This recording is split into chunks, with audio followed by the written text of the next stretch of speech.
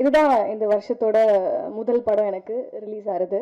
So ரொம்ப thank you sir, Leo sir for this opportunity. And Vijayani sir, ரொம்ப சந்தோஷம் அவரோட நடிச்சது. வெரி ஹம்பிள் அண்ட் ரொம்ப funny at the same time. வெளில தெரியாது, சைலண்ட்டாக இருப்பார்.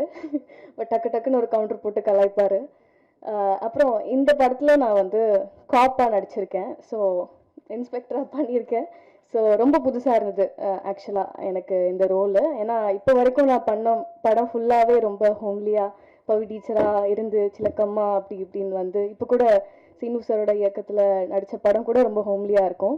ஸோ இது வந்து மாற்றம் ஒன்று தான் மாறாதது மாதிரி ஒரு டிஃப்ரெண்ட்டான ஒரு ஜானர் ப்ளஸ் டிஃப்ரெண்ட்டான ஒரு கேரக்டர் கூட. எல்லா ஆர்டிஸ்ட்க்குமே ஒரு ஆசை இருக்கும், நம்ம வந்து டிஃப்ரெண்ட்டாக எக்ஸ்ப்ளோர் பண்ணணும் நம்ம கேரக்டரை, நிறைய கற்றுக்கணும் சினிமாவில் அப்படின்னு.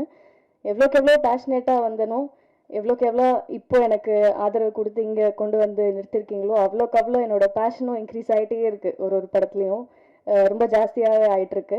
பட் என்னதான் பேஷன் இருந்தாலும் எப்படி இருந்தாலும் பெருசாக நான் கற்றுக்கிட்ட ஒரு லெசன் வந்து பேஷன்ஸ்.